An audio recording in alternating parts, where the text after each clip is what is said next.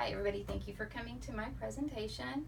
I'm here in capacity as a nursing student today, my audience here today, for those who may be watching the video from class, is nurses in a level 2 trauma center, about a 500 bed facility, and these are PACU nurses. And the purpose of this session is to teach a learning strategy, a teaching and learning strategy. And my teaching and learning strategy I chose was teaching through algorithms.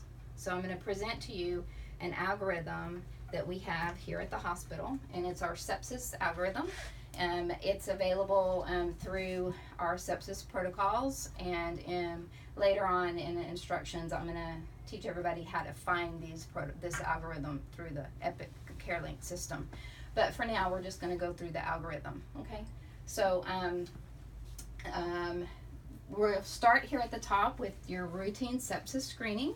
And what you're going to do is do that screening with your vital signs. And you're also going to screen for whether they are positive, have a positive screen for SIRS.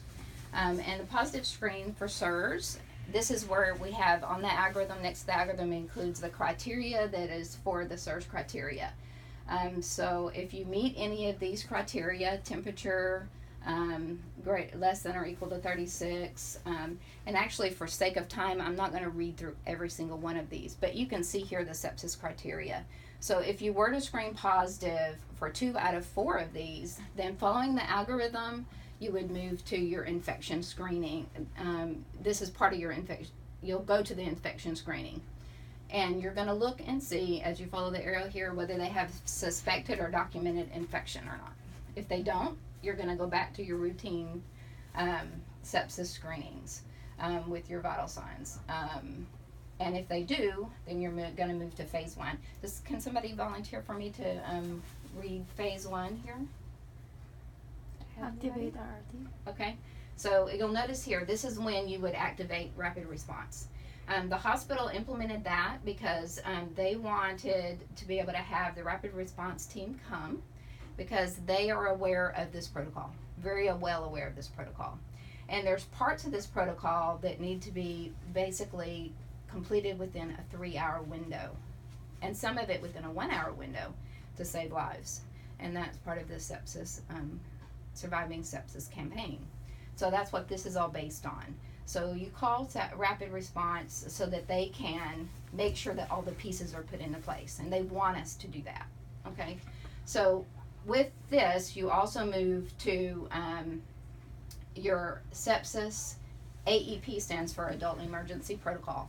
So this is this algorithm more or less replaces our Adult Emergency Protocol and our Sepsis Protocol from before. It's in 3 phases now, phase 1, 2, and 3. And so this is your more what you're probably familiar with the Adult Emergency Protocol, your fluids, your SATs, O2 SATs. Sorry for this typo, that should be O2 SAT. Your ABGs if needed.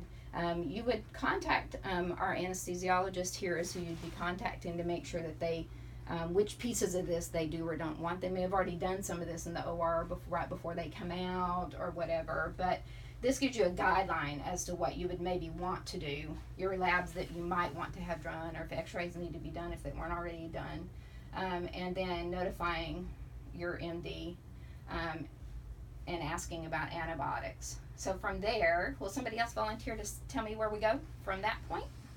So phase 2. Okay, so then we go to phase 2, which is the organ dysfunction screening. So for organ dysfunction screening, if you'll notice over here, we have your things that would signify your organ dysfunction, okay? And so this would be your increased lethargy, for respiratory or altered mental status for your neuro assessment, respiratory assessment, increase in the O2 requirements, for your blood pressure if it's less than 90 despite your fluid bolusing or if they started having modeling. If you had urine output less than 300 milliliters over 8 hours, of course, here in Pacu, we just got them, so we're not gonna probably have that. But if there was a long case in OR and they didn't put in any urine, maybe you would have that. And your lactic acid levels and your pH levels. So this, any one of these is where you see you have a positive screening for organ dysfunction if you meet any one of these criteria, okay? If you do, then where do we go? Yes? Anybody else volunteer? Phase 2. We're gonna go to phase 3. So phase 3 is your severe sepsis. This is where you're gonna consider your ICU consult, maybe possible ICU transfer, and then it gives you a lot of hints and guidelines as to what your goals are with severe sepsis. So these are the things that you're looking for. Your antibiotic being your biggest one within an hour, and that's if you didn't already implement it here in phase 1. But you're gonna ask about that for sure if they haven't gotten it. And it's your broad spectrum antibiotic. And then it has your goals also for your MAP, your CVP, SDO2, more fluid guidelines, central lines. Most of this moves into probably we're going to be trying to get them to ICU, get extra lines in and stuff if they don't have them already. But at least it gives you a guideline of where you're headed, what you should be looking for, what your goals should be. Especially if they turn into an ICU hold and we're keeping them for a while. This is the direction we should be going in. I want to step back 1 second because I noticed on the phase 2 that I also missed this.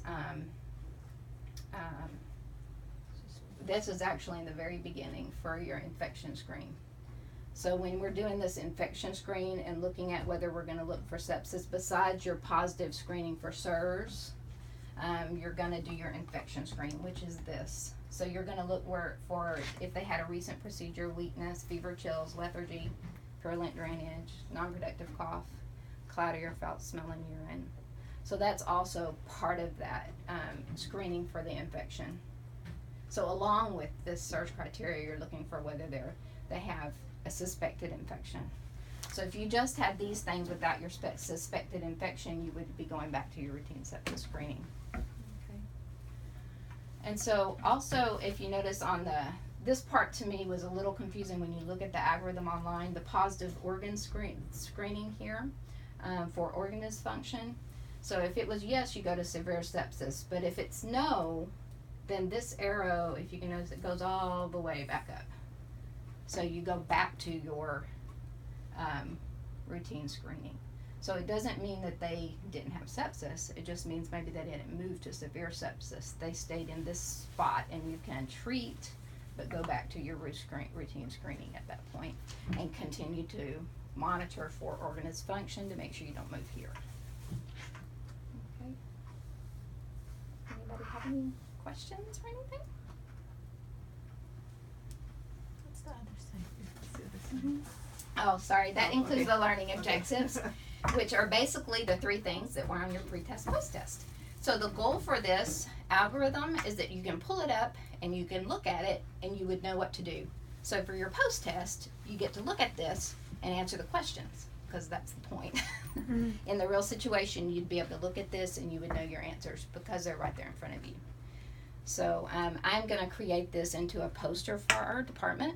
That'll be an education poster, and on the right side I'll include the actual information on CareLink about how to access this algorithm and what it really looks like online. And it pulls your protocols too, so that you can follow up with your doctor and see exactly which steps of that protocol they want to implement. And I've done this once here in the unit. It was very helpful, I think. We got a few things ordered that probably would have been missed otherwise. So, okay, thank you for coming.